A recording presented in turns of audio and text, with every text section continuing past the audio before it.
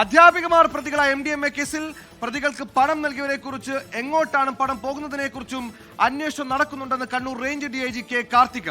Delivery boy ജിജിലിന്റെ അക്കൗണ്ടിൽ 6 മാസത്തിനിടെ 1 കോടി രൂപയിലധികം ട്രാൻസാക്ഷൻ നടന്നിട്ടുണ്ടെന്നും DIG പറയുന്നു. പ്രതികളുടെ ബാങ്ക് അക്കൗണ്ട്സ് പരിശോധിച്ചപ്പോൾ ഒരു വ്യക്തിയുടെ അക്കൗണ്ടിൽ തന്നെ നമുക്ക് 1 കോടി അധികം ഫിനാൻഷ്യൽ ട്രാൻസാക്ഷൻസ് ഉണ്ട്. അദ്ദേഹത്തിൻ്റെ ജോലി നോക്കിയപ്പോൾ അദ്ദേഹം ഒരു സാധാരണ ഒരു ഡെലിവറി ഏജൻറ്റാണ്. ഒരു പാർസൽ സർവീസ് കമ്പനിയിൽ ജോലി എടുക്കുന്ന ഒരു സാധാരണക്കാരാണ്. പക്ഷേ അദ്ദേഹത്തിൻ്റെ അക്കൗണ്ടിൽ പരിശോധിച്ചപ്പോൾ നമുക്ക് ഈ ജനുവരി മാസം തൊട്ട് ഏറ്റവും ചുരുക്ക പീരീഡാണ്, 6 മാസം പീരീഡിൽ തന്നെ ഇത്ര അധികം ട്രാൻസാക്ഷൻസ് നമ്മൾ ഇത് അന്വേഷണത്തിൽ വെളിവായിട്ടുണ്ട്.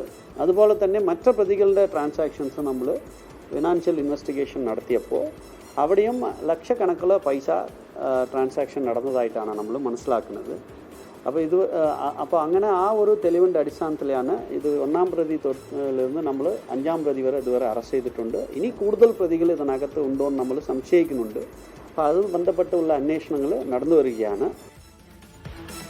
വർഷ വിജയൻ കോഴിക്കോടും ചേർന്ന്. വർഷ, ഈ അധ്യാപികമാർ 3 അധ്യാപികമാർ പ്രതികളായ കേസ് അതങ്ങനെ നീണ്ടു പോവുകയാണ്, ഒരുപാട് കണ്ണികളിലേക്ക് എത്തുന്നു. ഏറ്റവും ഒടുക്കം കണ്ണൂരിന് പിടികൂടിയ ദിനേനയുള്ള ജോലിക്ക്, അതായത് അത്യന്തം കഷ്ടപ്പെടുന്ന ഒരു ഡെലിവറി ബോയ് ആണ്. പക്ഷേ അക്കൗണ്ടിൽ 6 മാസത്തിനിടെ 1 കോടി ട്രാൻസാക്ഷൻ നടന്നിരിക്കുന്നു. ഇവരെല്ലാം നിലവിൽ സാമ്പത്തിക ഇടനിലയിൽ നിന്നു എന്ന കേസിൽ മാത്രമാണോ പിടിയിലാകുന്നത്?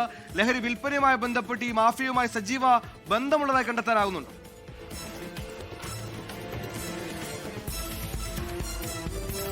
ഈ വിഷയത്തിൽ ഇനി കൂടുതൽ അന്വേഷണം നടത്തണമെന്നുള്ളതാണ് കണ്ണൂർ റേഞ്ച് DIG ആയിട്ടുള്ള കെ കാർത്തിക് അല്പം മുമ്പ് വാർത്താ സമ്മേളനത്തിൽ പറഞ്ഞിട്ടുള്ളത്.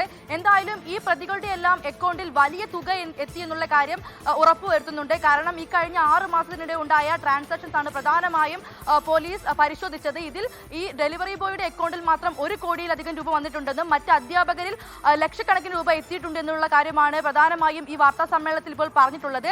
ഈ കഴിഞ്ഞ ജൂൺ 28-ന് ഒരു സാധാരണ കേസ് എന്ന രീതിയിൽ എടുത്തൊരു കേസിനാണ് പിന്നീട് ഇത്ര വലിയൊരു തുടർച്ചയുണ്ടായത്.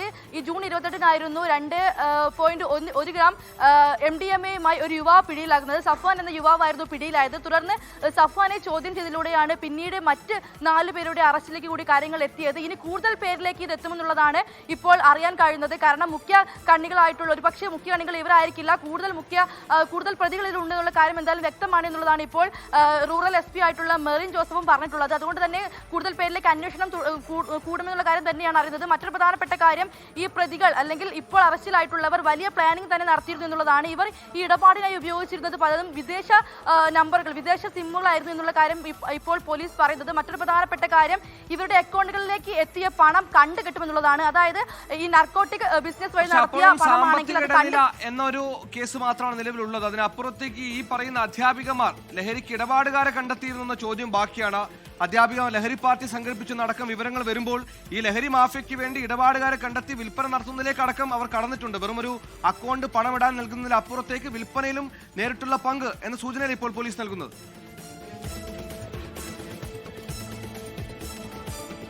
അതെ സുഹേൽ, തീർച്ചയായും ഇക്കാര്യങ്ങളെല്ലാം സൂചന പോലീസിന് ലഭിച്ചിട്ടുണ്ട്. പക്ഷെ ഒന്നും തന്നെ ഉറപ്പുവരുത്തിയിട്ടില്ല. എല്ലാ വിഷയത്തിലും അന്വേഷണം നടക്കുന്നു എന്നുള്ള കാര്യമാണ് പ്രധാനമായും ഇവർ പറയുന്നത്. ബംഗളൂരുവിൽ ടൂർ പോയതുമായി ബന്ധപ്പെട്ടാണ് ഈ ഒരു MDMA ഇടപാട് തുടങ്ങിയത് എന്നുള്ളതായിരുന്നു പുറത്തു വന്ന വിവരം. അതുൾപ്പെടെ പോലീസ് പരിശോധിക്കുന്നുണ്ട്. അതോടൊപ്പം തന്നെ ഇവർ പല ഷോപ്പുകളും നടത്തിയിരുന്നു. ആ ഷോപ്പുകളുടെ മറവിൽ ഇടപാടുകൾ നടത്തിയിട്ടുണ്ടോ, ഇവർ ഈ ലഹരി പാർട്ടികൾ നടത്തിയിട്ടുണ്ടോ എന്നുള്ള കാര്യത്തിലെല്ലാം കൂടുതൽ വ്യക്തത വരേണ്ടതുണ്ട്. അതിനായെല്ലാം പോലീസ് നിലവിൽ അന്വേഷണം നടത്തിക്കൊണ്ടിരിക്കുകയാണ്. മുമ്പ് സൂചിപ്പിച്ച പോലെ ഇത് സാധാരണമായൊരു കേസ് രീതിയിലാണ് ആദ്യം മുന്നോട്ട് പോയത്. പക്ഷെ പിന്നീടാണ് ഓരോരുത്തരെ അറസ്റ്റ് ചെയ്യുമ്പോഴാണ് മറ്റുള്ളവർക്കുള്ള പങ്ക് കൂടെ പുറത്തു വരുന്നത്. ഇനി ഇക്കാര്യത്തിൽ കൂടുതൽ അന്വേഷണം വേണം എന്നുള്ള കാര്യം തന്നെയാണ് പറയുന്നത്. കാരണം വലിയൊരു റാക്കറ്റ് തന്നെ ഇതിന് പിന്നിലുണ്ടെന്നുള്ള കാര്യമാണ് ഇപ്പോൾ റൂറൽ SP നമ്മളോട് അല്പം മുമ്പ് പറഞ്ഞിട്ടുള്ളത്. അതുകൊണ്ട് തന്നെ വ്യക്തമായ കൂടുതൽ ജില്ലകളിലേക്ക് ഉൾപ്പെടെ ചോദ്യം ചെയ്യുന്ന രീതിയിലേക്ക്, അതായത് ഈ അധ്യാപകർ, മറ്റ് അധ്യാപകരുണ്ട്, ഇവർ പേരാമ്പ്ര BRCയിലെ അധ്യാപകരായിരുന്നു. ഈ 3 പേരും BRCയിലെ അധ്യാപകരാണ്. ഇനി മറ്റ് അധ്യാപകർക്ക് പങ്കുണ്ടോ, വിദ്യാർത്ഥികളിലേക്ക് ഇത് എത്തിയോ തുടങ്ങിയ കാര്യങ്ങളെല്ലാം കൂടുതൽ വ്യക്തത വരണം. ഇവർക്ക് എവിടുന്നാണ് ഈ ലഹരി ലഭിക്കുന്നത്, ആർക്കാണ് ഇത് നൽകുന്നത്, ഇടപാടുകാർ ആരൊക്കെ തുടങ്ങിയ കാര്യങ്ങളിലെല്ലാം വ്യക്തത വരേണ്ടതുണ്ട്. അതുകൊണ്ട് തന്നെ ഈ ലഹരി പാർട്ടി നടത്തിയോ എന്നുൾപ്പെടെയുള്ള കാര്യങ്ങൾ കൂടുതൽ അന്വേഷണം നടത്താനാണ്. ഓരോ ദിവസവും പുതിയ ഞെട്ടിപ്പിക്കുന്ന വാർത്തകളും വിവരങ്ങളുമാണ് ഇത് സംബന്ധിച്ച കേസിൽ നിന്ന് വരുന്നത്.